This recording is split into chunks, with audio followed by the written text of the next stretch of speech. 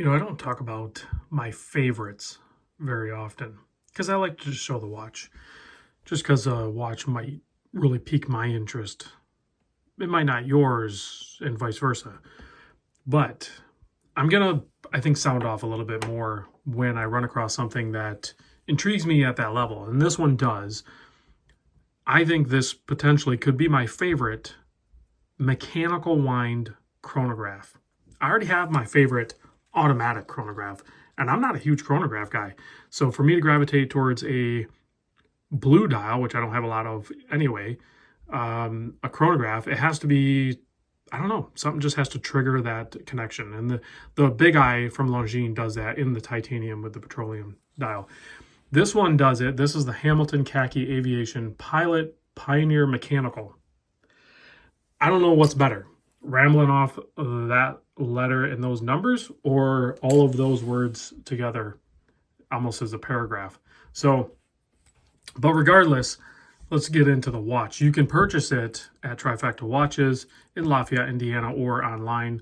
I'll put a link to their website down below, as well as direct contact information, so you can reach out to Jake or Mark or anybody else there. Maybe I'm there. I don't know. Maybe I'll start answering the phone. But you can get it on the Milanese like this, or you can get it on a leather strap for a little bit less.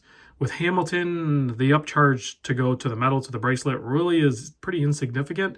So in most cases, I would suggest getting on the metal and then just buying the strap additionally, or an aftermarket strap. Price point on this, I went to the website at Hamilton because currently, I'm going to give Jake some crap on this one. It's not, I can't find it on their website. So he'll add it soon, I'm sure. I found it at $2,445. That's a snapshot in time. That's probably going to be a good price for a little bit, because I think they just went through a price increase. Pretty much all of Swatch Group and many other brands just did that as well. So size on this thing, a little tricky to measure, because you basically have integrated crown guards onto the side, much like you would have on a Omega Speedmaster, right? Which, again, could easily be my favorite all time, but with the price point of those things, I mean, they're approaching $10,000 for like the base model. And this thing, I don't know. This is, once you look at that, this thing is like a gem. It's very affordable. But anyway, when you have this integrated crown guard system here, which is done more solid and robust than I've seen on any other watch. So it is a tank, and that's one of the things I like about it, because often you don't think of chronographs in robust. Usually they're more fragile feeling. But anyway, that measurement is 41.75 millimeter. So it's not going to wear like a 41.75. It's going to wear more like a 41. The lug to lug is a 49.5 millimeter.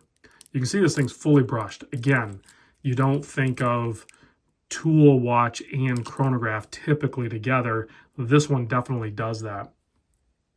It's 14.8 millimeter thick, but you can see you have that boxed and slightly domed sapphire crystal, which there's a thin, I don't even think it's a bezel. I think that crystal is pressed directly into the case. That's another reason why I like it. You don't see that very often, and I don't know why, but that triggers that emotion with me. I just have that connection with it. It's a weird thing you don't typically see with watches. Usually there's a separation from the mid case to the crystal with a bezel. This one does not have that. Lug opening here, 22 millimeter. So yeah, you're going to have a joy with all of the FKM rubber straps, which this thing would be perfect for. And it's still remotely thin enough for being a chronograph. You could do a single pass strap through this thing as well. Obviously the factory bracelet or straps are going to be good, but with 22 mil, you have unlimited options.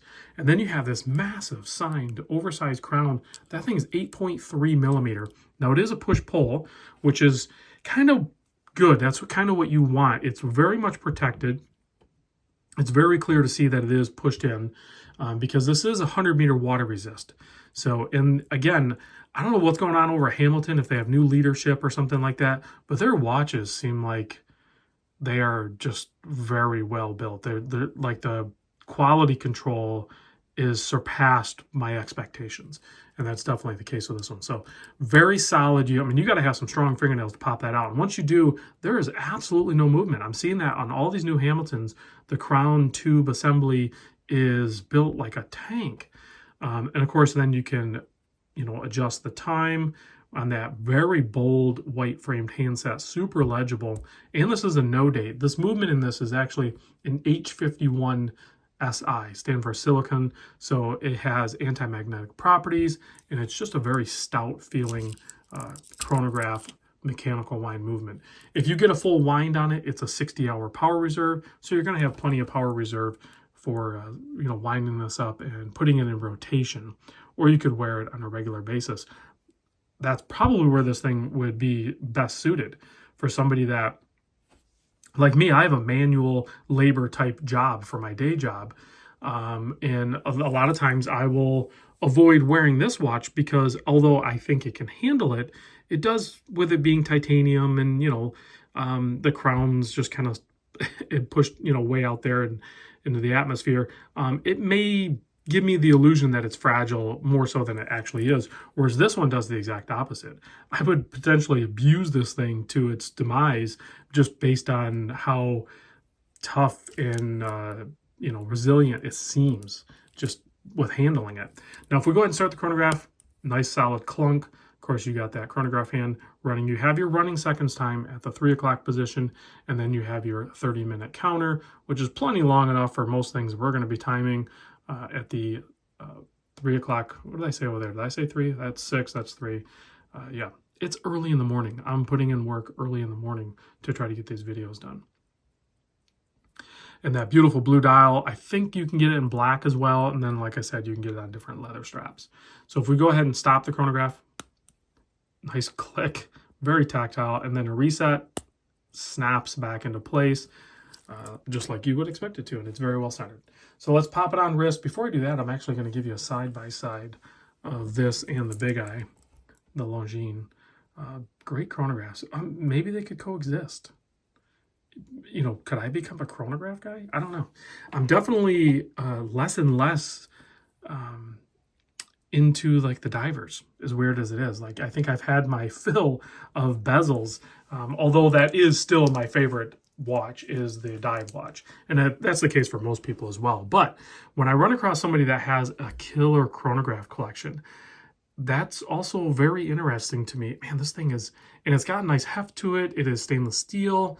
Could they make this out of titanium? Sure. But I don't know. I think then it would start to lend itself to being a more fragile feel to it. And this thing is just a beast. I think I would get this one on the metal. It has a nice, simple clasp. It's easy to adjust. I have zero complaints with this watch. I don't know what else to say.